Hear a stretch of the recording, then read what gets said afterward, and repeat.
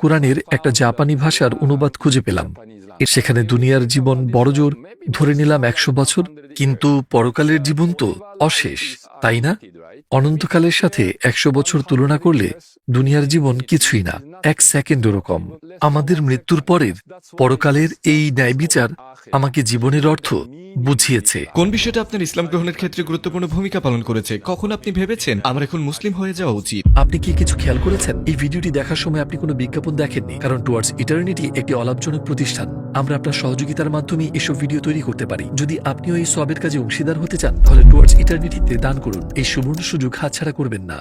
কোন বিষয়টা আপনার ইসলাম গ্রহণের ক্ষেত্রে গুরুত্বপূর্ণ ভূমিকা পালন করেছে? কখন আপনি ভেবেছেন আমার এখন মুসলিম হয়ে যাওয়া উচিত? যেমনটা আমি বলেছিলাম, সেই দুটি কনসেপ্ট, আখিরাত এবং তাওহীদ, আমার কাছে খুবই অর্থবহ মনে হয়েছিল। কিন্তু আমি ৬০০ পৃষ্ঠার এই কোরআন শরীফে কি লেখা সেটাও জানতে চাইছিলাম।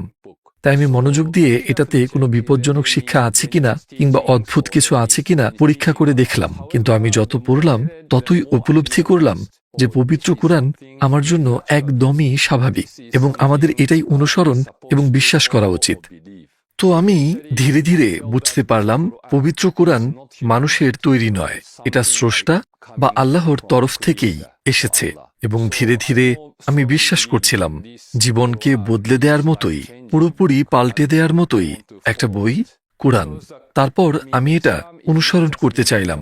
মানে কোরআন তো শুধু কেবল একটা পড়ার বই নয়, বরং এটা চর্চা করার বা ধর্মীয় আধ্যাত্মিকতার বই। আমি জানতে চাইছিলাম মুসলিমরা তাদের দৈনন্দিন জীবনে কিভাবে ইসলাম চর্চা করে। আমি কিভাবে সেই গভীর অভ্যন্তরীণ জ্ঞান পেতে পারি। কিভাবে? এর একটাই উপায়, আমাকে মুসলিম হতে হবে। আমার নিজেকে ইসলাম অনুভব করতে হবে। একজন গবেষকের মতো নিরপেক্ষতার খাতিরে একটা দূরত্ব বজায় রেখে তৃতীয় ব্যক্তির মতো শুধু গবেষণাই করে যাবেন, কিন্তু ইসলামের অন্তর্নিহিত দিকগুলো সত্যিকার অর্থে বুঝতে পারবেন না। এই গবেষক কখনোই আমি যে জ্ঞান চাই তা অর্জন করতে পারবে না। সম্ভবত এই কৌতূহলের বশেই আমি মুসলিম হতে চেয়েছিলাম। আমি সত্যিকারের ইসলামকে জানতে চেয়েছিলাম। তো ইসলাম গ্রহণ করার পরে কোন কোন কঠিন পরিস্থিতির সম্মুখীন হয়েছিলেন? প্রথমত হালাল খাবার।